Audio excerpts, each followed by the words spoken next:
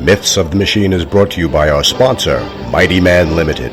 Be a master of the universe when you wear Mighty Man Limited athletic and sportswear, custom-designed athletic compression gear for male and female athletes, compression shirts, sports bras, yoga pants, hoodies, and more. Available only at mightyman.logosoftware.com. Be mighty.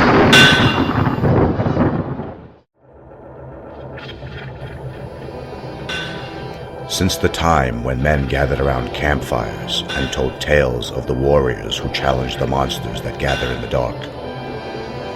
The mighty men who fought alongside the gods, some rising to victory, others falling to the abyss. These are the heroes who became the myths of the machine.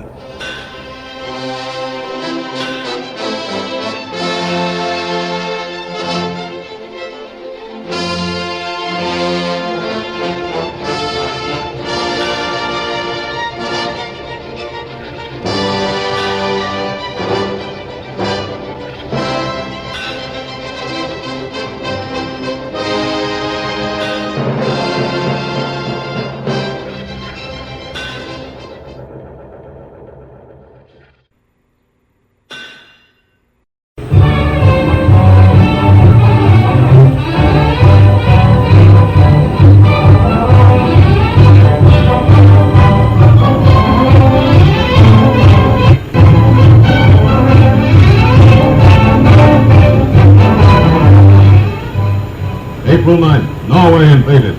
The battle of the continent becomes Europe's total war. 1 month later, Holland falls. Beloved Queen Wilhelmina seeks refuge abroad. Millions of Belgians reenact the tragic migration of 1914. May 28th, Leopold, King of the Belgians, surrenders, and the world despairs. Dunkirk. Here, 300,000 Allied soldiers battle and swim to safety under an inferno of fire. The critical Battle of France begins. For 3 terrifying weeks, the armies of Weygand fall back in the face of overwhelming mechanized might. Italy. While France fights for its life, Italy marches beside Germany.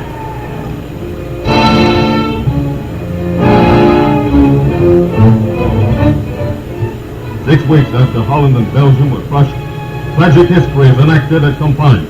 The image of General Foch watches as another conqueror arrives. He boards the same railroad car where Foch himself gave the armistice terms to the defeated Germany of 1918. These Nazi officials come with different emotions than those other Germans 22 years before. The young man was so enraged by the newsreel, he stormed out of the Rivoli without ever seeing a minute of the new Dr. Cyclops feature he had waited for so long to see. He fumed as he walked down Broadway, angered that he wasted 10 cents to see a film that he didn't watch. He could have used his WPA identification and headed over to the New Yorker and caught another performance of that strange play, The Romance of Robots, but he had seen it 3 times before and it had a really weird message that bothered him. He got to his train station, went down the stairs, put his nickel through the turnstile, and hopped on the southbound train back to Brooklyn. On the train, he noticed a very large man sitting in the corner seat, a little scruffy looking, unshaved, his hair needing a comb, but then again, thought the blonde youth, his hair needed a comb too.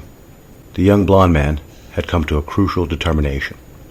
He would exit the train at Bowling Green and walk to the Army recruiting station on Whitehall Street, and he would enlist.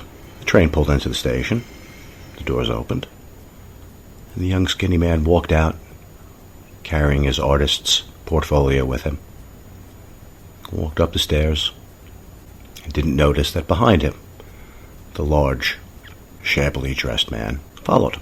The young blonde man was just about to walk into the recruiting station when he heard a voice from behind him. "Say, Mac! Hey, buddy! Can you spare a dime?" The young man turned to see the very same person who was sitting on the subway train with him.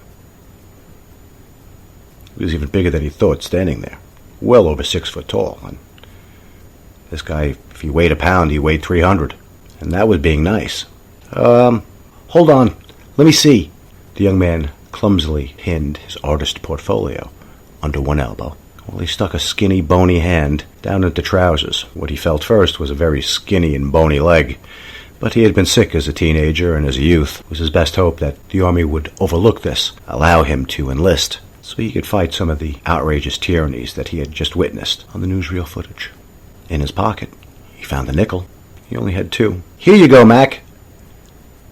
Why, thank you, my friend. It's very generous of you. Say, are you an artist? The young man nodded his head. "Yes, I just got a job down at the WPA." This is very good for you. I like to see this. Art is a very worthwhile endeavor. So what are you doing here? "Have you seen what's going on in Europe? Something has to be done about it. I'm going to enlist." And you think one man is going to make the difference, yes? This is very admirable of you. I tell you what, maybe you should take this nickel back. The large man extended his hand, holding the nickel, and it slipped from his fingers. As it did, both he and the young blond man bent down at the same time to pick it up, bumping heads. Oh, oof! Ow! Oh, I'm very sorry. Pardon me. I did not mean to do this. "Oh, well, you sure have a hard head there, fella."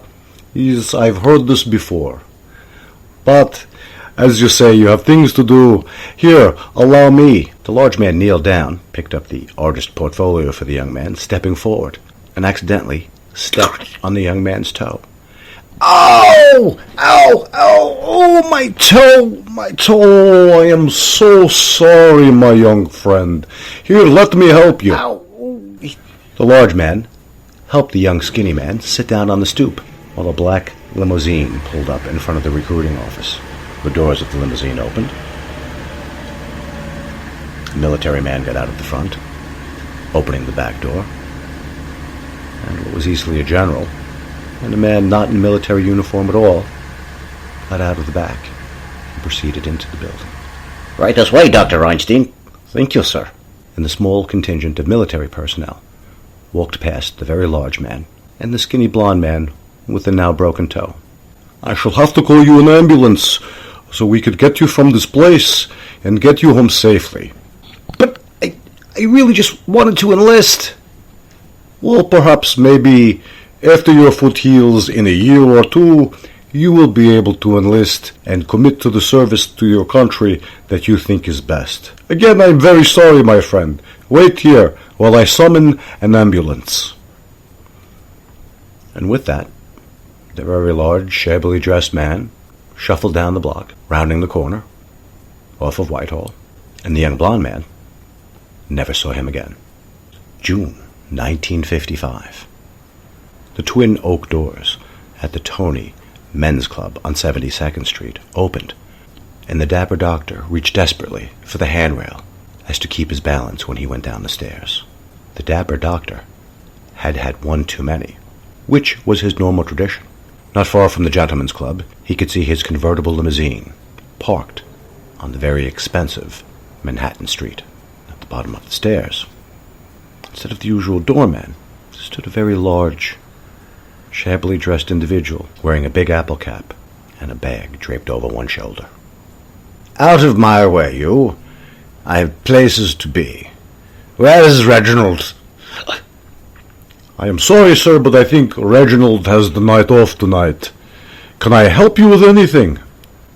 "Hey, no, you vagabond, you. Be gone. I have places to be. I'm a doctor, you see." "Yes, you have quite the reputation, doctor, and apparently your reputation has preceded you quite well. It has been a very exhilarating evening, and your communion with the spirits, I think, has come to an end. Let's call you a cab." "A cab? Are you out of your mind? You see that roadster there? That's mine. I'll be driving it." "I think, sir, tonight you have had too many to drink, and driving would not be in your best interest. Let me call you a cab." "Unhand me, you lout. I'll be going my way." And with that, the very large man put one hand on the dapper doctor's neck and squeezed ever so gently, and the dapper doctor collapsed into a heap. The only thing preventing him from hitting the ground would be the shabby man's very large arms, which hoisted the dapper doctor up like a small child. With a booming voice, he hailed a yellow cab. "Taxi!" A yellow cab pulled over. A very large man leaned in to speak to the driver. Good evening, good taxi driver. Ah, I see your name is Moses. That's right, Mac. What can I do for you? My friend here has had one too many tonight, and what I need you to do is get him home very safely. Here are the keys to his apartment, and here is an extra something for yourself. To keep this confidential between the two of us, and the doctor would not like this to get into the press. I understand, Mac. I deal with a lot of high-end secrets myself.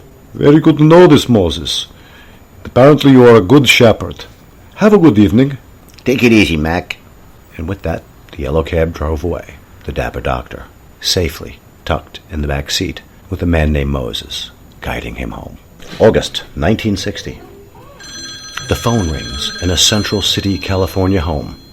Nathaniel, can you get that? I'll get it, Mom. Thank you, dear. Hello? Hello, may I speak to the parents of Richard Reeds? I'm sorry, that's Reed. Yes, Mr. Reeds. Hello. I'm calling from Columbia University. Unfortunately, I must inform you that your son, Richards, he did not get the scholarship he was hoping for. We are very sorry, and we suggest community college. But my name is Reed. Thank you. And the phone hung up. October 1962. Excelsior University campus. The very large man crossed the campus, running large sausage-like fingers through somewhat greasy, shoulder-length hair before putting his Big Apple pea cap back on. He was heading into the science building to meet with a certain individual. As he walked down the hall, he could hear that there were experiments going on, with familiar machinery working in the background. He entered. Quietly, he could see a host of students gathered around the display, observing the electrical demonstration that occurred above their heads. Hey kid, look out! Ow! Whoa, this was something. You see the size of this spider? What? What did you do? You had a spider. This was on your shoulder. I don't know. This thing could have bitten you. I don't like the look of it. Say, can you tell me, do you know where I could find Professor Stanleeh? Professor Stanleeh? No, I'm sorry. No, I don't. Thank you. The large, shabby man turned around and wiped the remnants of the gooey, once irradiated spider on an old, second-hand overcoat. May 2016. Jacob Matthews sat in Union Square. He was a very large and shabby man, with a very old pea cap and a worn, dirty, and stained overcoat. Between his legs was a satchel, all the goods that he would carry with him as he needed them. He had needed a shave, and he could use a comb through hair that might have been a little greasier than it should have been. But he sat, and he enjoyed the springtime sun. From his left, he noticed a man coming over to him. Excuse me, but is this seat taken? No, it is not. Would you like to sit? Please, do. Thank you. Say, you look a bit familiar. I do. I've been around for a while. Maybe you've seen me here. I don't know. By the way, my name is Professor Stanleeh. With this admission, the large shabby man sat up, jerked his head in the direction of the old man.